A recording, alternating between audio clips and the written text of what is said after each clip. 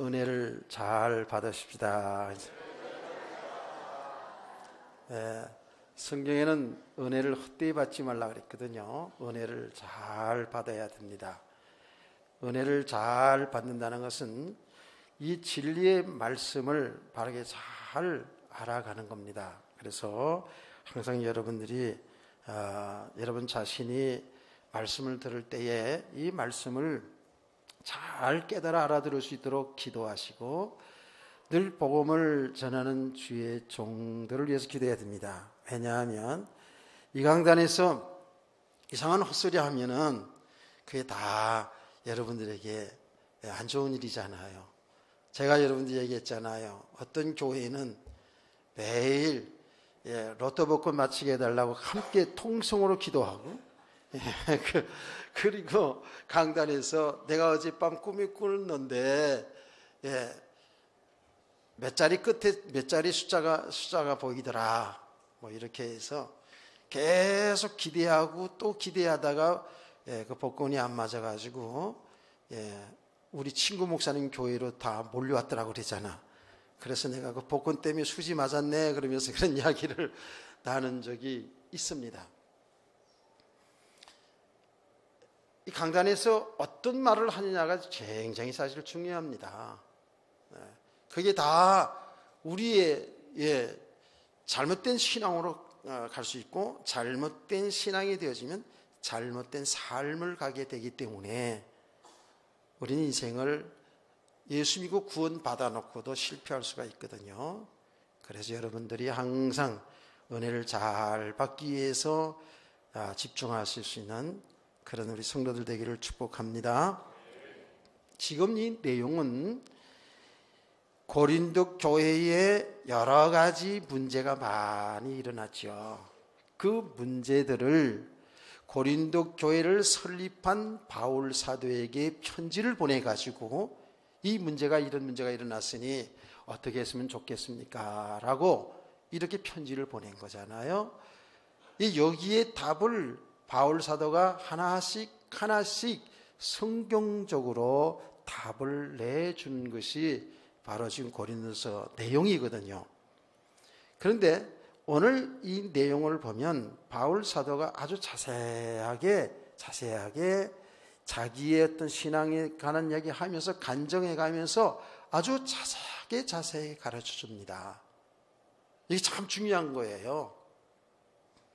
어떻게 보면 믿음의 사람들이 볼 때는 별거 아닌 것처럼 들릴 수가 있고 보일 수가 있지만 성도들이 신앙생활하는 가운데 사실은 큰 일 때문에도 신앙생활에 실족하기도 하지만 아주 작은 일, 우리 믿음의 사람이 볼 때에는 아이고 뭐 그런 것 가지고 시험 들고 그런 것 가지고 시비가 있어 이렇게 말할 수 있는 부분들인데도 불구하고 우리가 정말 이 복음의 비밀을 알지 못하면 우리가 믿음의 사람으로 온전히 세워지지 못하면 아주 작은 말 한마디에도 우리 신앙이 왔다 갔다 한다는 거예요.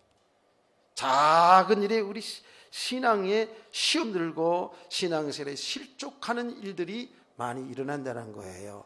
그래서 오늘 비교적 구체적으로 고린도 교회에 있는 문제들을 하나씩 이렇게 다뤄볼 때에 우리 성도들이 이 말씀을 통해서 과연 나의 신앙은, 나의 생각은, 나의 삶은 어떠한 것인가를 잘 보실 수 있는 그런 시간들이 되시기를 바랍니다.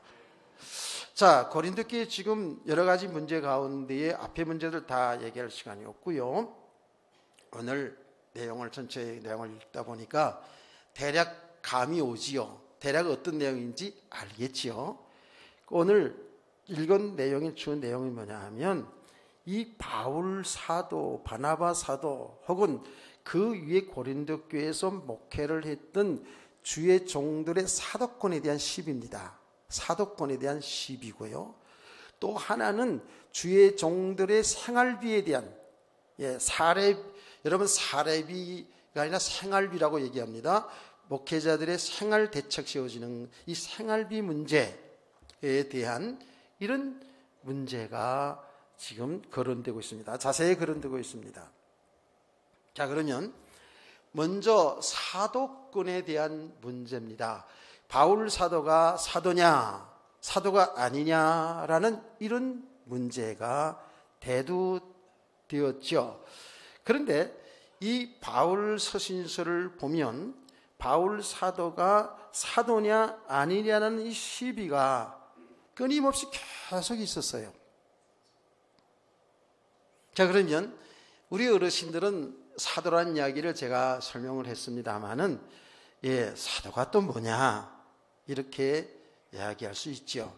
근데 성경에 보면은 선지자도 나오고, 예언자라는 말도 나오고, 사도라는 말도 나오고, 또 목사라는 말도 나오고, 교사라는 말도 나오고, 이렇게 많이 이런 이름들이 나오잖아요. 그러면 선지자, 사도, 목사, 교사 이런 사람들이 뭐 하는 사람들이었습니까? 복음을 전하는 사람들이었잖아요. 한마디로 복음을 전하는 사람들, 하나님의 말씀을, 하나님의 뜻을 백성들에게 전하는 사람들이란 얘기예요.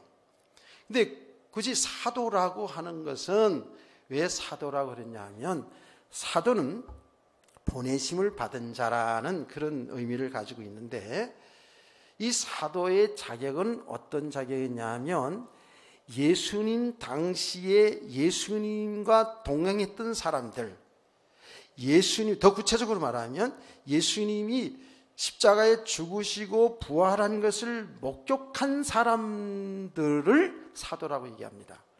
엄밀히 말하면 사도는 12사도를 얘기하는 것이죠. 예수님의 12제자를 사도라고 얘기합니다.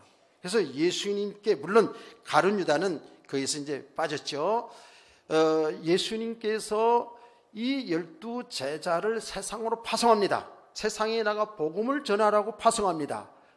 그게 바로 보내심을 받은 자라는 거예요. 어떤 사람? 예수의 죽음과 부활을 목격하고 그 사실을 믿는 사람들을 사도라고 얘기합니다. 근데 바울 사도는 여러분 아시다시피 예수님의 직접적인 제자, 12제자는 아니잖아요. 이 바울은 원래 예수를 믿기 전에는 예수 믿는 사람들을 그렇게 싫어하고 핍박하는데 앞장섰던 사람이 바로 바울이잖아요. 그렇죠? 그 전의 이름은 사울이었죠. 그런데 그가 저 다메섹이라는 동네에 예수 믿는 사람들이 숨어 있다는 소식을 듣고 앞장서서 공적으로 공문을 받아가지고 그 예수 믿는 사람들을 잡으러 가다가 다메섹 도상에서, 길에서 부활하신 예수님을 만나는 장면이 사도행전 9장에 나오잖아요. 여기에 이 바울이 거꾸로진 거 아닙니까? 그 예수가 그리스도였구나. 그분이 하나님의 아들이 맞구나. 이렇게 알게 된 거예요. 그래서 그 예수를 믿잖아요.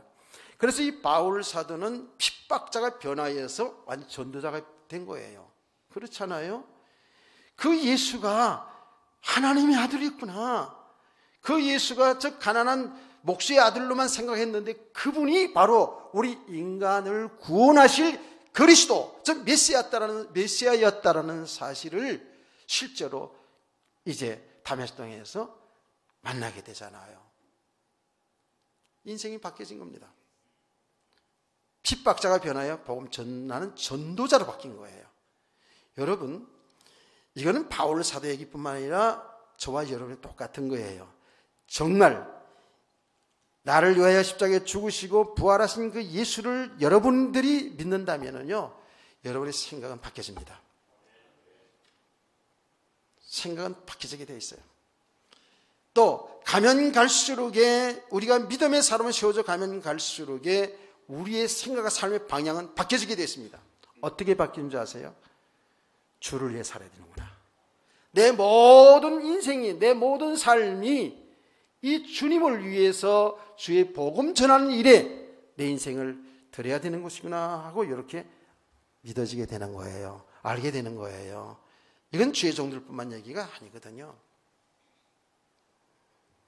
자, 이렇게 해서 바울 사도는 주님의 보내심을 받은 자로서 이제 복음을 전하는 선교사로서 사역을 일평생 하지 않습니까? 그런데 이 바울 사도에 대해서 사도가 맞냐 안 맞냐 이런 게 시시비가 막 있었던 거예요. 여러분 고린도 교회의 그 구성원들을 보면 지난 시간들에도 말씀드렸습니다마는 상당히 지식인 수준이 높은 사람들이 많이 모인 곳이에요. 되게 지식 있는 사람들이 다 그런 건 아니지만 믿음이 들어가기 전에 지식 있는 사람 똑똑한 거 아니에요, 그렇죠? 좀 똑똑한 사람들이 말하자면 세상적으로 똑똑한 사람들이 좀 모여 있었던 거예요. 교회가 구성원들이 좀 그래요. 그러니까 그런 거 하나하나 다 따지는 거예요. 그래서 시시비가 계속 있었다니까요. 그래서 바울 사도가요, 이 바울이 쓴 서신서에 보면 항상 제일 먼저 인사 말이 나오잖아요. 근데 제일 먼저 쓰는 내용이 어떻게 썼어요? 나 사도된 바울은, 주 안에서 사도된 나 바울은, 이렇게 나갑니다. 주 안에서 사도된 나 바울은. 아니 바울 사도가 사도인지를 몰라서 그렇게 쓰는 건가요? 아니잖아요. 어떤 서신서에 보면 그렇게 쓰고 어떤 서신서에 쓰지 않았어요. 저도 그게 처음에는 왜 그랬을까?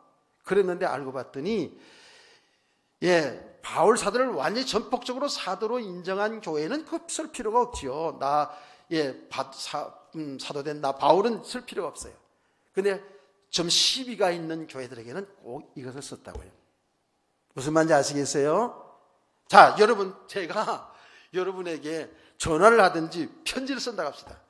나 목사된 전봉일은 너에게 이렇게 하면 우스꽝스럽잖아. 목사인 줄 다 아는데 뭘 꼭 그렇게 목사된, 그러면 여러분들이 만약에 그렇게 한다면 아이고 쟤게 목사된 거 되게 자랑하네, 웃긴다 야, 이럴 수도 있잖아요. 그 이상한 거잖아요. 굳이 안 써도 되잖아요. 그렇죠? 근데 바울 쓰는 서신서에 보면 주 안에서 사도된 나 바울은이라는 표현을 자주 사용하고 있거든요. 그거는 뭐라고요?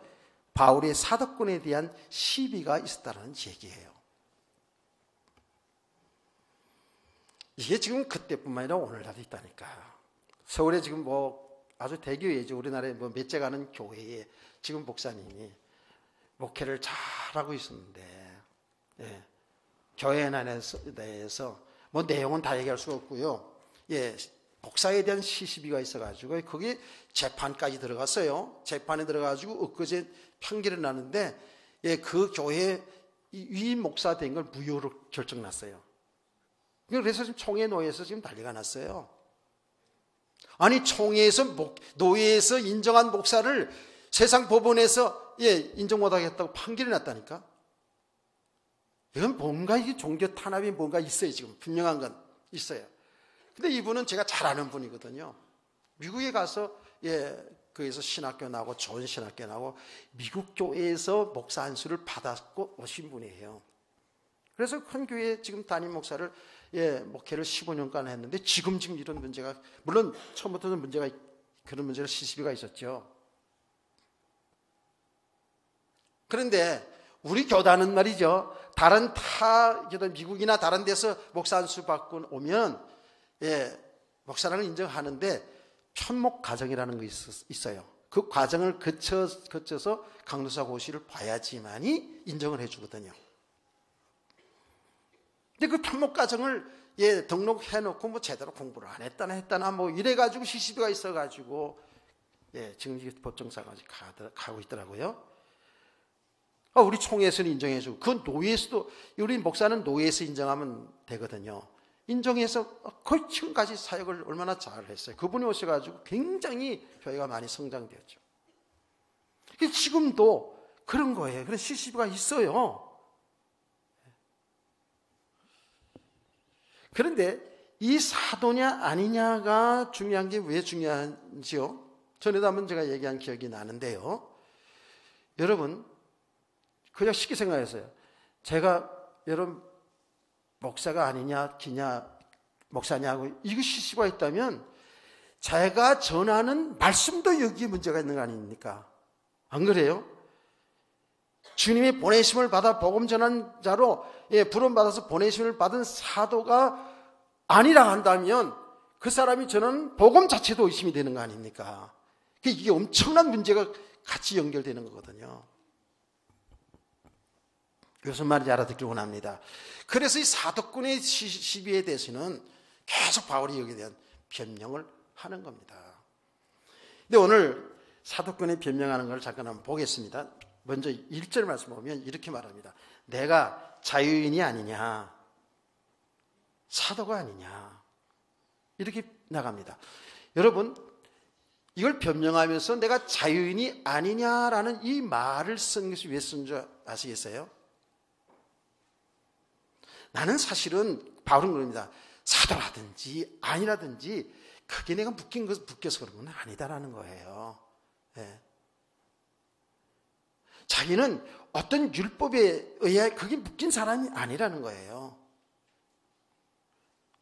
지금 그뿐만 아니라 이 생활비 문제에도 마찬가지예요. 그래서 제일 먼저 나는 자유인이 아니냐, 돈을 많이 사례비를 많이 주느냐 덜 주느냐, 내가 여기 때문에 여기에 묶여서 얘기하는 게 아니다라는 것을 얘기하는 거예요.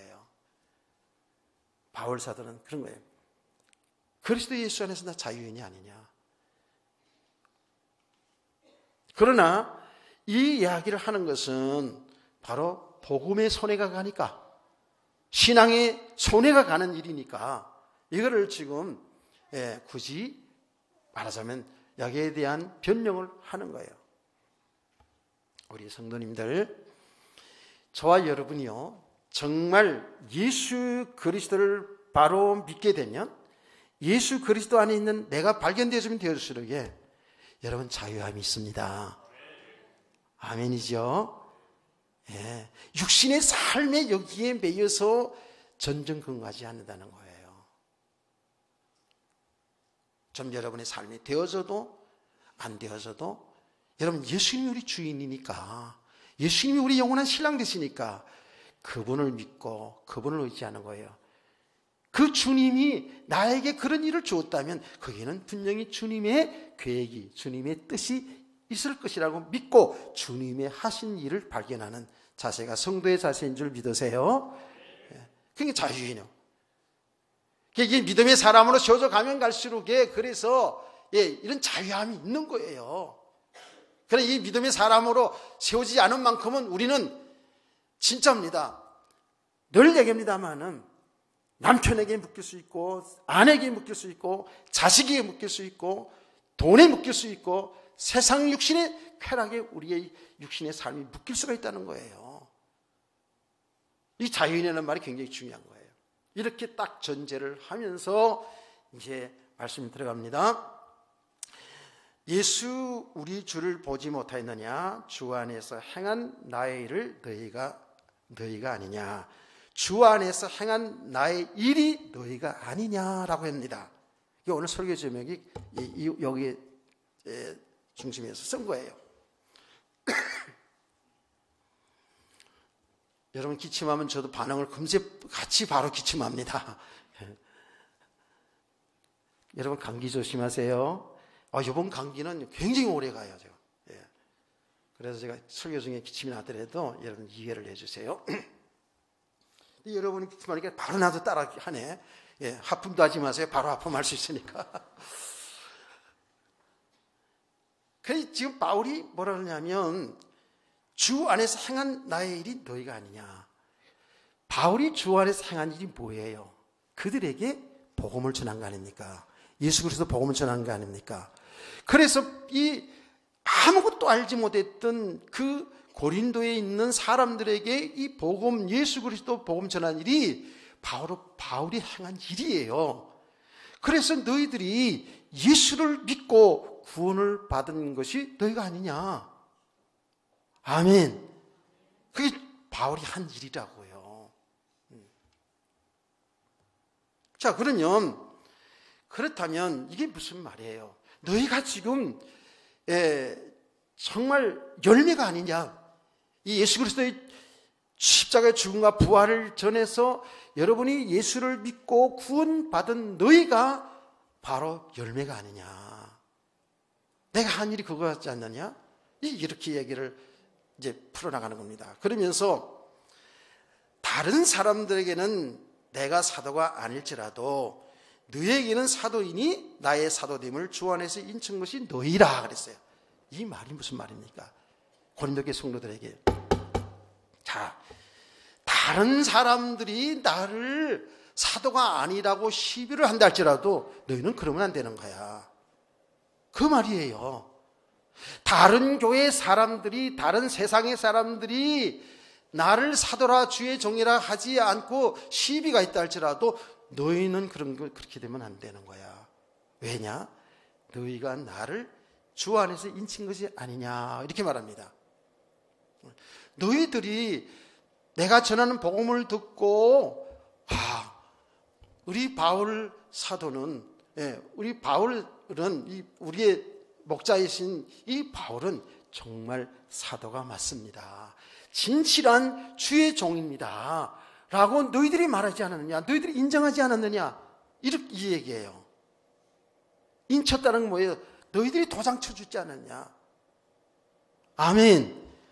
고린도교회 성도들이 바울을 통해서 복음을 듣고 구원을 받고 은혜 생활하면서 뭐 이렇게 시시비가 있지만 12제자는 아니었지만 바울 사도는 정말 사도야. 이렇게 너희가 인정해 주지 않았느냐. 여러분 우리가 고린도서 1장 2장을 쭉 지나가면서 고린도 교회에 계속 싸움이 일어나는 그 싸움의 내용이 뭐였어요? 아볼로파 그리고 바울파, 게바파적 베드로파 막 이런 파가 되어가지고 싸웠잖아요. 거기서 다 사도꾼의 시비가 포함되는 거거든요. 그런데 고린도 교회 성도들 편지하면서 너희들이 나와 같이 신앙생활할 때에 정말 우리 바울 선생님은 바로 하나님이 보내신 주의 종이 맞습니다라고 여러분들이 인정해 줬는데 지금 왜 그 시시비 때문에 그렇게 교회 문제가 일으켜지느냐 그런 거예요. 여러분 한번 물어봅니다. 여러분 한 번도 저에 대해서 목사가 아니구나 라고 생각해 본 적 없죠? 없지요? 있어요? 대답을 하나씩. 그런 사람 한 사람도 없을 거예요. 근데 의심할 필요는 없어요. 정상적으로 공부하고 정상적으로 안수받고 목회를 하기 때문에 의심할 건 없어요. 근데 이 바울 사도가 이 당연한 것을 왜 이렇게 밝히냐고요? 아까도 얘기했어요. 복음의 기세가 나니까. 사도가 아니라는 그렇게 되어지면 지금까지 우리 들은 말씀이 이건 가짜 아니야? 이렇게 되어지면 벌써 신앙이 안 되잖아요. 그렇죠? 이런 것으로 인해 가지고 성도들의 신앙생활이 갈등이 되고 신앙이 무너지면 안 되기 때문에 굳이 이렇게 사도된 것을 변명한다는 사실을 알기를 바랍니다. 이런 일이 우리가 손해보면 안 되겠죠. 자, 그 다음에 이제 오늘 더 중요하게 많은 문장을 통해서 이야기한 내용이 뭐냐 하면 사도의 권리 중에 교회에서 생활비를 받는 이 부분에 대해서 시시비가 있었다고요. 이거는 바울 사도뿐만 아니라 바울 사도에 관한 일뿐만 아니라 지금 바울 사도는 에베소에 있다고요. 그렇죠? 에베소에 있어요.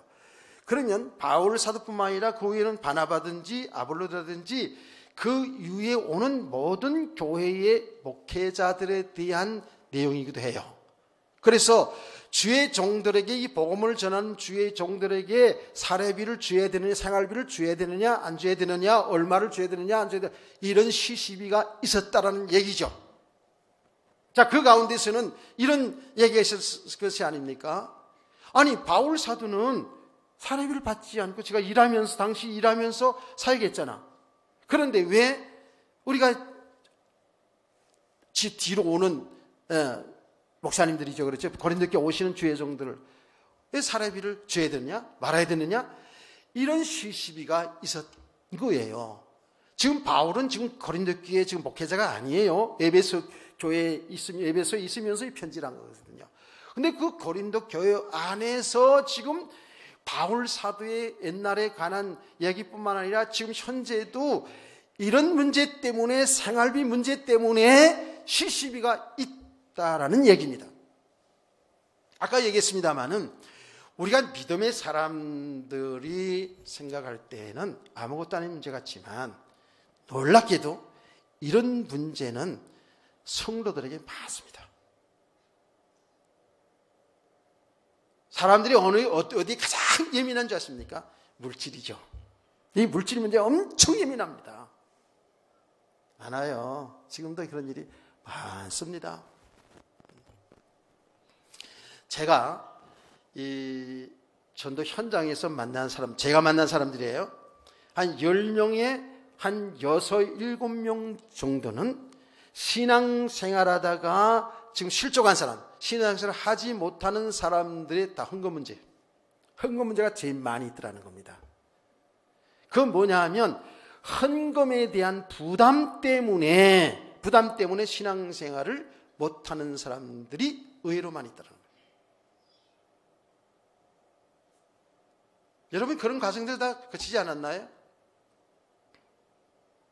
헌금에 대한 부담 때문에 교회 나오니까 헌금 내라는 게 너무 많다. 사는 건 빠듯해 죽겠는데 너무 그게 부담되어 가지고 신앙생활을 하고 싶은데 안 하는 사람, 못하고 있는 사람 많습니다. 여러분요, 여러분 글쎄 제가 볼 때는 우리 교회는 그렇게 헌금을 별로 강조를 안 하는 편이긴 한데 또 종류도 그렇게 많지는 않아요, 사실. 근데 믿음이 없는 사람들이 볼 때는 헌금 문제가 걸려져요. 많은 헌금을 하는 부분들이 있기 때문에 걸려든다고요. 이런 가운데서 헌금 문제로 인해 가지고 교회에서 하는 일이 마음에가 들지를 않아. 교회에서 우리가 헌금, 여러분 성도들이 헌금을 가지고 자기 나름대로 자기 생각하는 대로 썼으면 좋겠는데 그러질 않아. 저는 그런 시비를 제가 교회에서 들었으니까요. 성교비를 옛날에 많이 보냈잖아요. 그게 뭐 60% 이상 하니까 그렇게 얘기하더라고요. 저한테. 교회도 제 정도 모자랐는데 뭔 그렇게 성교를 많이 보냈냐고 좋게 와서 그걸 따지더라고요. 내가 그랬어요. 지금은 모르리라. 나중엔 알리라. 그러면서 이제 좋은 얘기로 이렇게 했습니다. 물론 나중에 그분들이 다 시인했죠. 그런 일이 왕왕 있어요. 어떤 사람은 와가지고 우리 성경 계속 얘기하니까 아니 교회에서 구제도 해야 되고 사람들 이런 지나가는 어려운 사람들 밥도 해먹이고 이런 거 얼마나 좋습니까? 이런 거 합시다 막 이렇게 하더라고요. 그래서 제가 아무리 설명을 하더라도 안 받아들이고 그냥 가시더라고요. 물론 그거 할 수 있죠. 우리도 해요. 저도 그런 부분 합니다. 굳이 하는 일 해요. 그래서 이 헌금 교회에서 쓰는 것 때문에 교회도 시시비가 있습니다. 있어요, 당연히. 저는 평신도 때에 뭘 본 줄 아십니까? 마지막 연말 제지회를 하는데요. 제지회를 하는데, 목사님 앞에 서놓고요. 성도들이, 목사님 사례비가 많습니다. 또 한편에서, 무슨 소리입니까? 적습니다. 이렇게 가지고 막 싸움을 하는데, 이야, 대단하더라고요. 내 지금도 생각납니다. 그분이 이름까지 생각나요. 그래서 가만히 뒤에서 듣다가 저분 구원받았을까 생각이 들 정도로 엄청나게 막 세상의 사람들이 이야기를 하면서 쫙 얘기하는 거예요. 그래서 그냥 제지키되 엄청 싸우는 걸 보고 이게 교회에서 회의를 많이 하는 건 좋지 않은구나. 내가 평신 때 알았지. 우리는 얼마나 은혜스러운 교회입니까? 제지킬 때 저와 우리 재정부를 믿지요? 그러면 다 믿잖아요, 여러분. 안 믿어요? 제가 삥땅 치고 재정부분들이 재정부 보면서 삥땅 치는 것 같아요? 예. 빙 땅이 어느 나라 말인지 좀 제가 죄송합니다만은 하여튼 간에 알아들을 말로 제가 하느라고 이렇게 얘기하는 거예요. 아니잖아요. 믿잖아요. 그러면 어떻게 해요? 자, 믿으시니까 전체 예산했던 거 결산한 거가 얼마입니다. 그것만 알려주고, 그리고 또 궁금한 거는 이제 또 하나 궁금한 건 교육자들 사례비가 궁금하니까 얼마씩 주는지 그거만 얘기하고, 나 그대로 밖으로 가시면 네 하세요. 네 하세요. 아니 그렇게 해를 그렇게 하잖아 우리는. 얼마나 은혜스러워. 그렇게 해야지. 뭘 어디다 왜 그렇게 썼냐. 그래서 좀 세상적으로 똑똑한 교회들, 큰 교회들은요, 그래가지고 그것 때문에 그냥 신앙생활 한 해 동안 신앙을 잘하다가 나중에 연말 재직하다 다 그냥 분산되고 갈라지는 일들이 왕왕 있다니까요. 이런 일이 있어요. 실질적으로 이 헌금 문제가 그런 거예요. 저도 주 안에서 행한 나의 일이니까, 예, 저도 그런 것 때문에 시시비가 있어가지고요, 얼마나 자존심 상했는지 몰라요. 그러니까 초기 때문에, 초기 때, 예, 초기 때 그 당시에 한 30여만 원 사례를 줬는데, 그렇게 처음에 이제 개척을 가다가 조금, 예, 교회가 구성이 돼가지고 이제 그렇게 했더니, 들려오는 얘기가, 우리가 헌금해가지고 목사 살리려고 교회 다녀? 막 이런 얘기가 돌더라고요. 약간 황당하고 속이 상했지만, 뭐 어떡하겠어요. 믿으면서 그런 이야기를. 그런 일도 있었어요. 교회를 구입하면서 저도 앞장서서 헌금을 작정해야 되잖아요. 그래서 작정했어요. 근데 그걸 갚아나가야 되는데, 이게 조금 받아가지고 11조 내고 감상금 내고 뭐 성경금 내고 하다 보니까 그 작정을 갚아나갈 능력이 없는 거라. 주일원금 내야 다 해야 되잖아요. 그렇죠? 그래서 제가 그냥 사례비 자체를 안 받고 그냥 그걸 전부 다 작정헌금으로 그냥 이렇게 냈어요. 나는 이기죠, 그렇게 되면. 그러잖아요? 왜? 작정하고 갚아놨는데 빨리빨리 갚을 수 있으니까. 그래서 한 1년 동안 그렇게 하다 보니까, 삶이 이게 말이 아니죠, 그렇게 되다 보니까. 예. 그야말로 밥도 먹다, 뭡니까, 칼국수도 먹다 이러면서 이제, 그러면서 지나갔어요. 한 1년쯤 지나가면서 가는데, 하나님이 어느 날 제가 기도하는 가운데 하나님께서 어떤 마음을 주시냐 하면, 너 그것도 인본주의라는 말이 드는 거예요. 예, 사람이 받은 것에서 구약의 제사장도 그랬거든요. 생활비 받은 데서 11조 다 내고 예물 다 드리고, 예, 그렇게 했다고요. 그러니 내가 사례비 받은 것 전부 다 건축금 장창을 내지 말고 11조도 내고 감사금 내고 성경금 내고 다 하고 나머지 가지고 해. 이런 마음이 싹 들어오는 거예요. 제 마음 기도하는 가운데에. 그래서 예, 알겠습니다, 하나님. 그리고 그렇게 하기 시작했어요. 근데 그게 뭐냐 하면, 하나님이 내 삶도 교회도 책임져 주겠는데 내 생각들 하지 말라는 거였어요.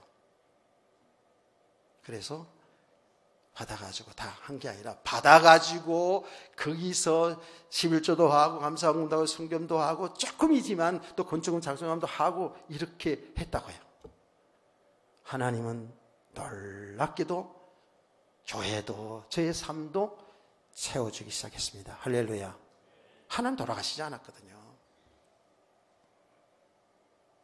중간쯤 사역을 하다가 이런 일들이 저런 일들이 있어요. 예.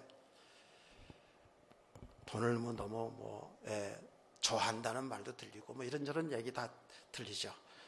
그러나 이제 그런 것들을 왜 그런지를 알기 때문에 넘어서 가면서 이제 사역을 쭉 하게 된 것이죠. 제가 하는 말은, 이 물질이라는 것은 우리 직접적인 관련이 있는 것이 때문에 너무 예민해요.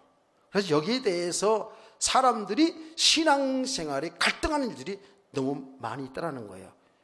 초신자는 초신자대로, 오래 신앙생활하는 사람은 오래 신앙생활하는 대로 이런 문제에서 자유함을 누리지 못하는 것을 저도 목회하면서 많이 보았습니다. 그래서 바울 사도는 얘기합니다. 우리가 이 복음을 전하면서 교회에서 생활비 준을 받을 권리가 있다라는 얘기를 하는 거예요. 지금 있다라는 얘기를 하는 거예요. 그러면서 이제 예를 들어서 이렇게 얘기합니다. 누가 자기 비용으로 군 복무를 하겠느냐? 여러분 군대 가가지고 자기 돈 내면서 군대 생활하는 사람 있어요? 없어요.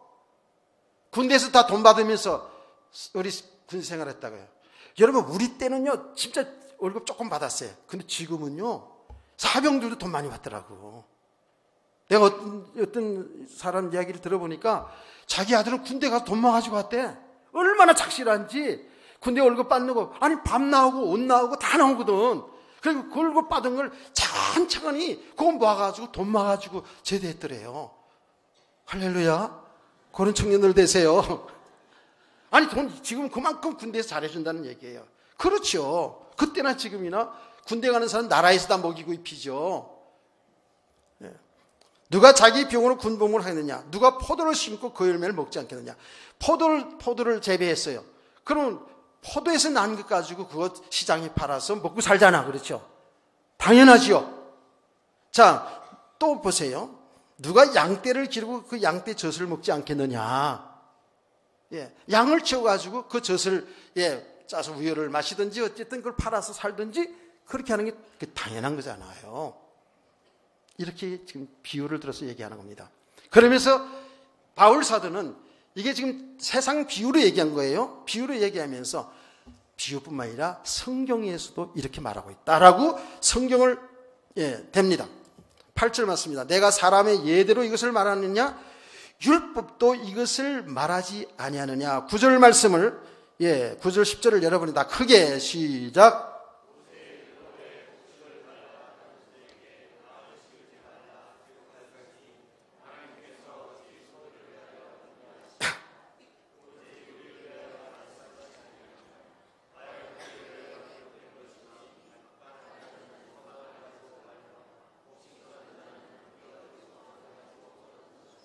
이게 무슨 말이에요?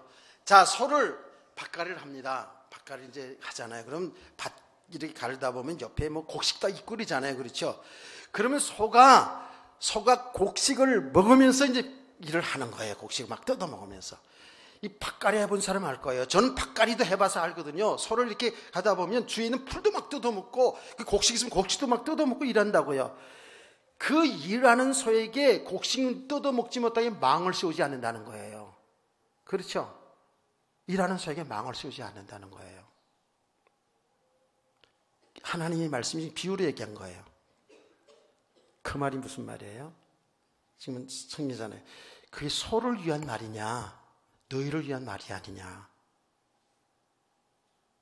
무슨 말인지 알겠어요? 소가 그렇게 먹으면서 배불러서 힘쓰게 일하면 그 농사진 결과는 누가 먹는 거예요? 농부가 먹는 거 아닙니까? 아멘. 농부를 위해서 너희를 위해서 소가 지금 일해주는 거예요. 지금 그 일하는 소에게다가 망을 씌워가지고 못 먹게 하면 되냐? 지금 먹어가면서 힘을 얻어가지고 밭갈이를 해야지만이 결국은 나중에 곡식을 타작하지 않느냐. 지금 그게 8구절이거든요. 이게 소를 위한 말이 아니다는 거예요. 나는 이 말씀을 이렇게 묵상하다가 은근히 기분이 살 나쁜 거 있지. 왜 나쁜지 알겠어요? 내가 소냐 그럼? 나를 소로 비유하는 즉 하나님이 성도들을 위해서 나를 하나님이 먹여서 성도들을 통해서 먹여서 내 힘을 얻고 복음을 전하게 해서 여러분들이 영적으로 살이 찌고 열매를 맺어서 하나님의 축복 속에 살게 하신다는 거 아닙니까? 여러분 때문에 나를 세웠다는 거거든요. 여러분 때문에 나를 하나님이 먹여가지고 힘내가지고 복음을 전하도록 한다는 거 아니에요. 하나님께서 기분이 안 좋더라고. 내가 요번에 요 말씀 좀 묵상하면서 정말 내가 소야?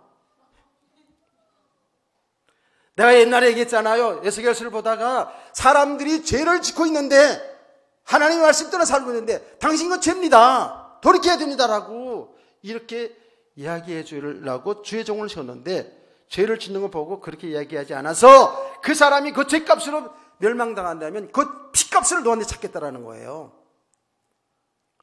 그래서 내가 그거 보다가 딱 덮으면서 이 목사라는 직업이 치사하네 이거. 내 이런 사람이요. 복음을 잘 몰라가지고 이게 밑에 본전도 안 내는 거잖아 이거. 지금 무슨 말인지 알아들어야 돼요. 제가 이 말씀 묵상하다가 가만히 보니까 약간 이상한 거 있죠. 그러면 내가 서로 비교되네.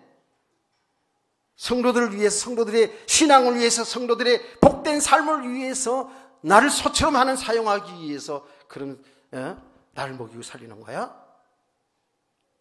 이런 마음이 약간 살짝 올라오더라고요. 성도들을 위해서라는 거예요. 아멘. 그래서 성경은 뭐라 그런지 아십니까? 주의 종들이 즐거움으로 일을 할 수 있도록 하라는 거예요. 사랑하는 것 때문에, 먹을 것 때문에 걱정하고, 자녀들 교육하는 것 때문에 걱정하고, 무엇을 입을 것 때문에 걱정하고, 걱정하지 않아도 되지만 현실적으로 그렇잖아요. 그렇죠? 그러니까 근심 없이 즐거운 마음으로 일을 할 수 있도록 도와주라고 성경 가르치고 있잖아요. 아멘.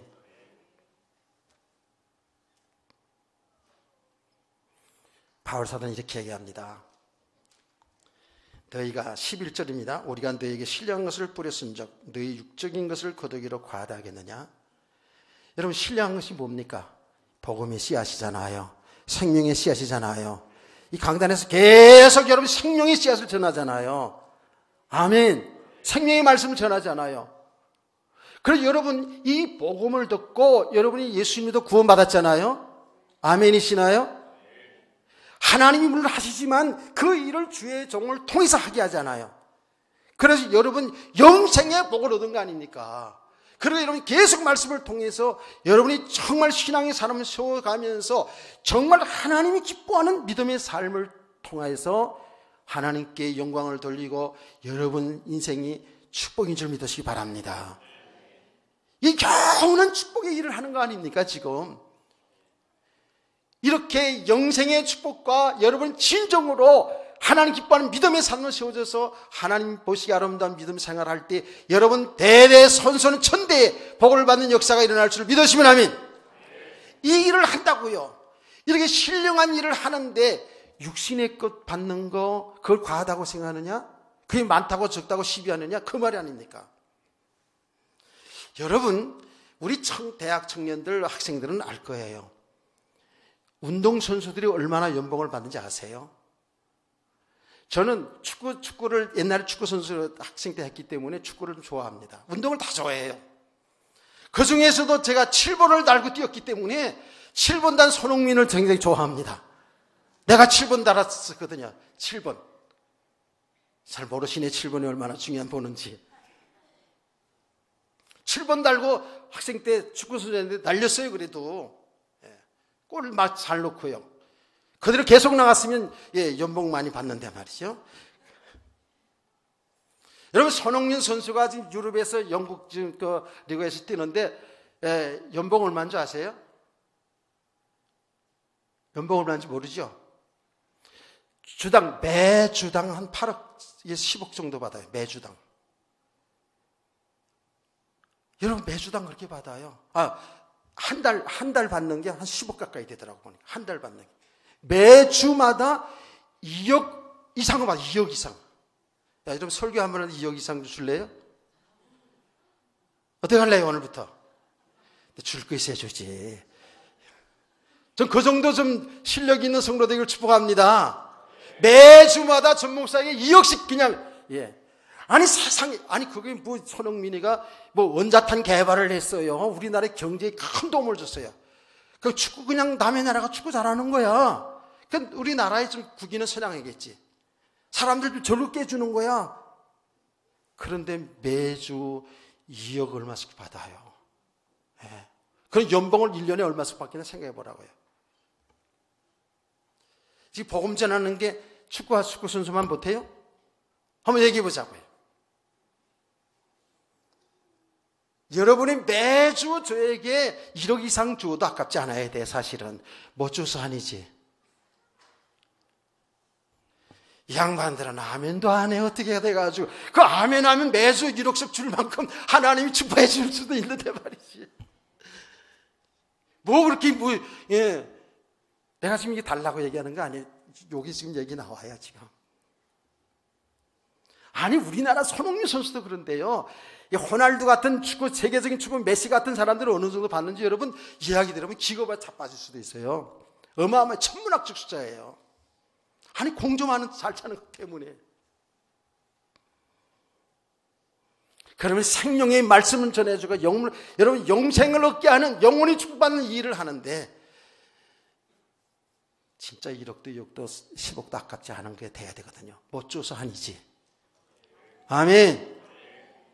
이제 앞으로 평생 이 부분엔 시집이 없어야 된다고 이런 거.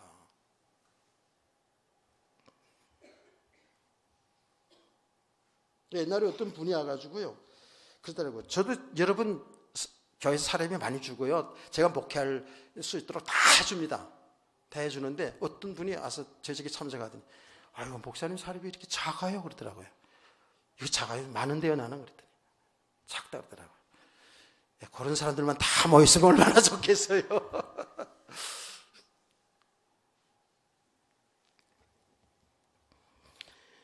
자 여러분요 12절 말씀 여러분이 한번 읽으세요. 제가 한참 또 얘기했으니까 여러분 12절 다 같이 시작.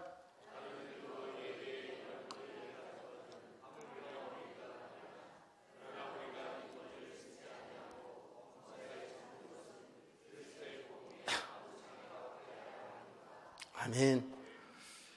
여러분 바울 사도는 고린도 교회를 개척하실 때에 누구 부부를 만났죠? 아굴라 브리스길라 부부를 만나서 그 현장에서 만나서 교회를 전도를 하기 시작했잖아요.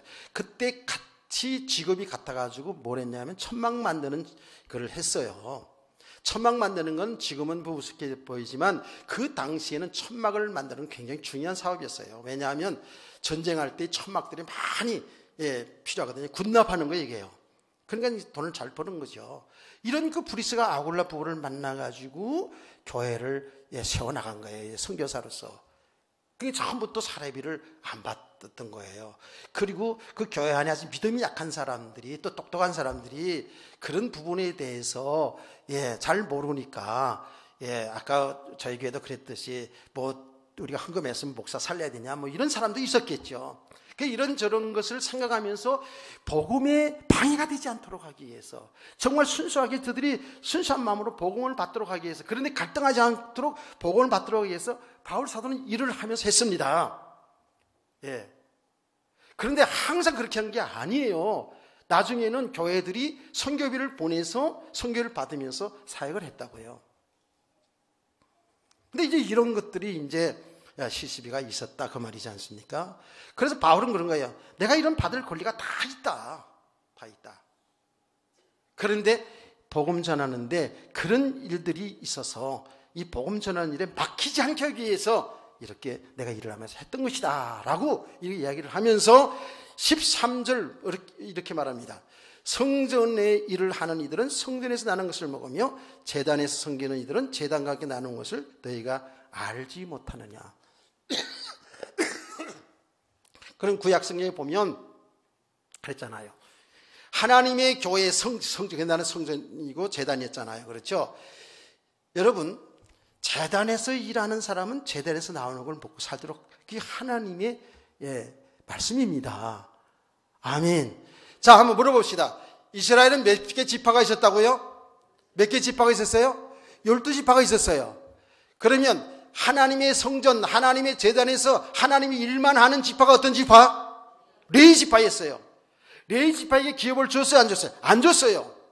하나님의 성전에서 제사를 지내고 짐승을 잡고 잡고 제사 지내는 그 일, 또 성도들이 오면은 성도들이 하나님의 말씀을 가르치는 그 일, 교회 모든 레위 지파들이 어른들은 거기서 봉사하게 했다고요.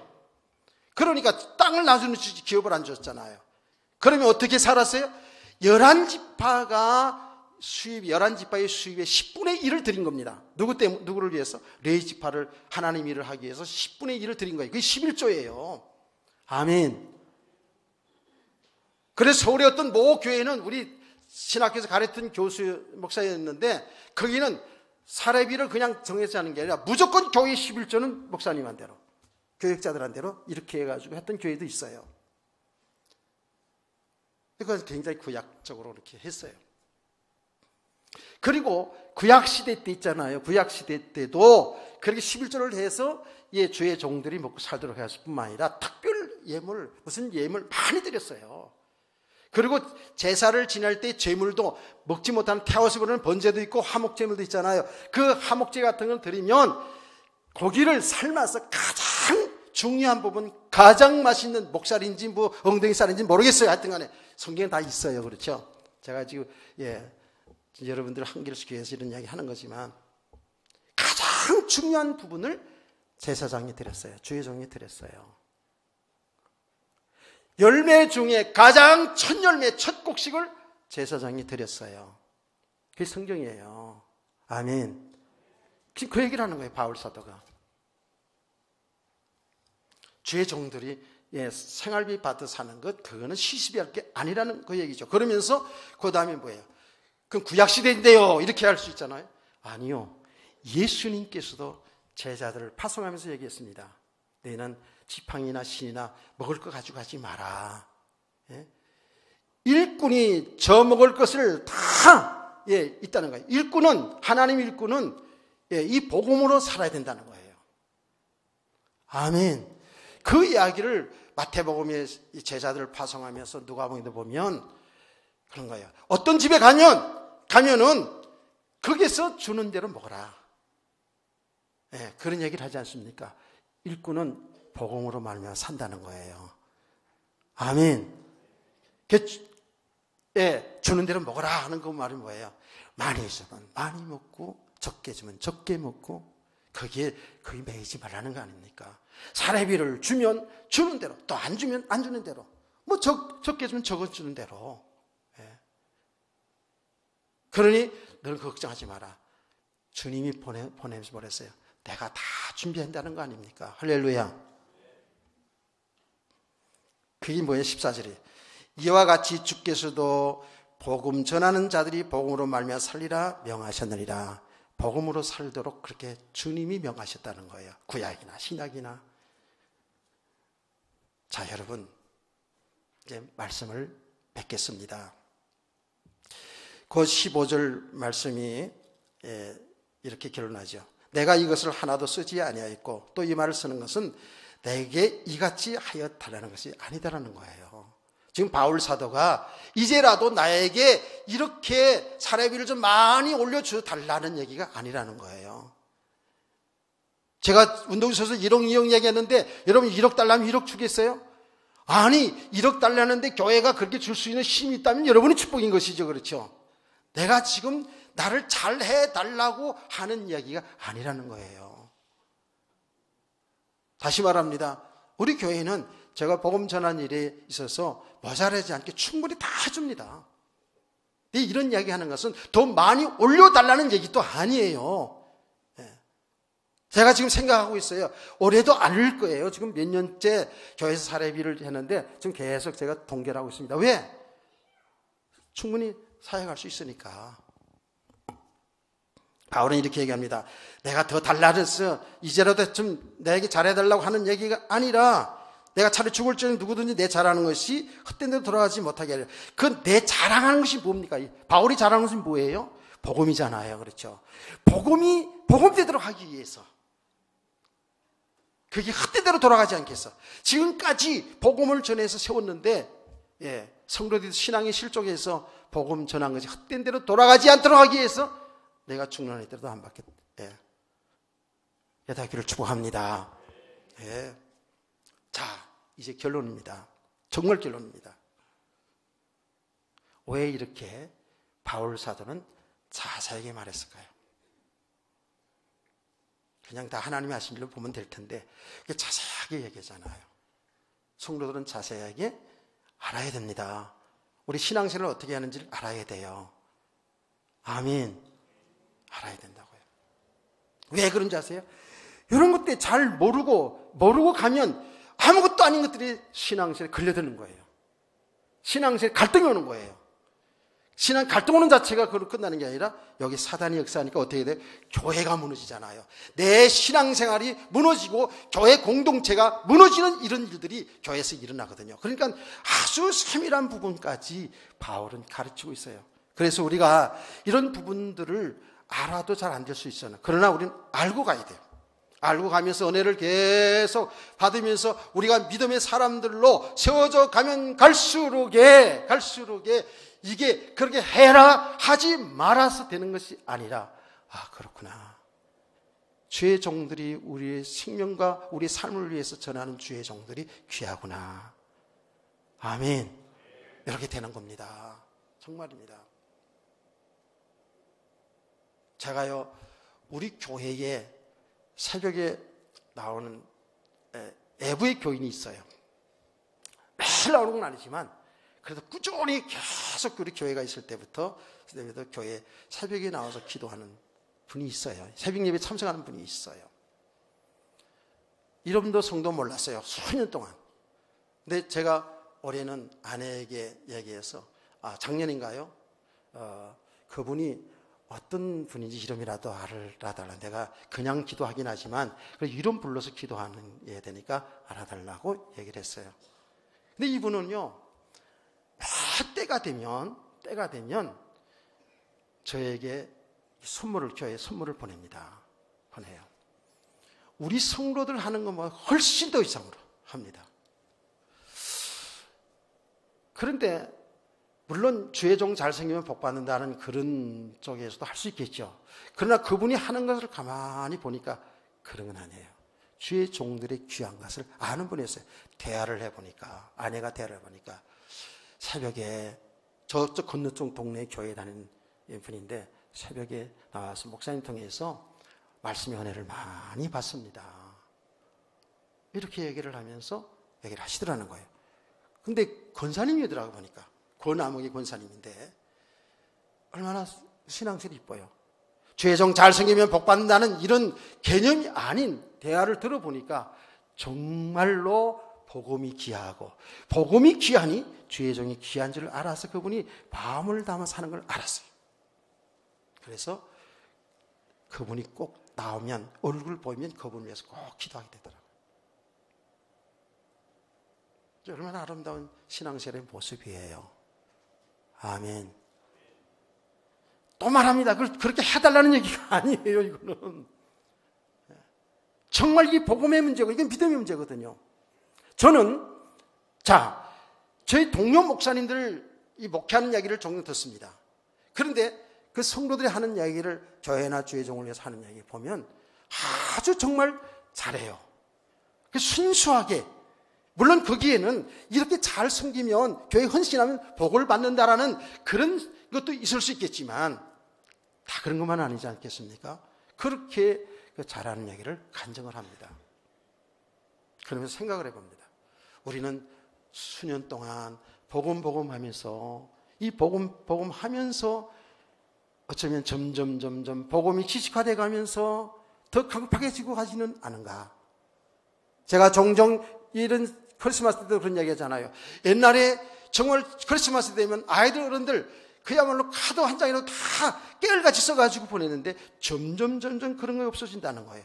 제가 받으면 좀 받기를 원해서 그런 얘기는 아니에요. 그게 뭐냐 하면, 이 복음은 가면 갈수록 우리가 부드러워지고, 가면 갈수록 이 복음이 귀한 줄 알고, 가면 갈수록 복음 전하는 자들이 이 교회가 얼마나 귀한 줄을 아는데, 가면 갈수록 이렇게 강팍해질 수 있을까? 그건 뭘까? 어제 지난주에 말씀했잖아요. 우상심을 얘기할 때 지식은 교만하게 한다 그러잖아요. 어쩌면 우리가 이렇게 갈 수도 있거든요.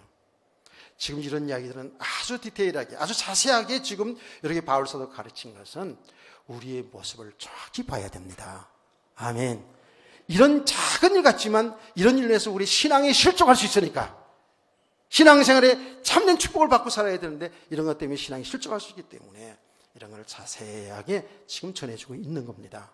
우리 성도들도 오늘 이 말씀을 여러분 자세하게 다시금 묵상하면서 정원전한 믿음의 사람들 되는 복을 누리시길 주의 이름으로 축복합니다. 축복합니다. 찬송가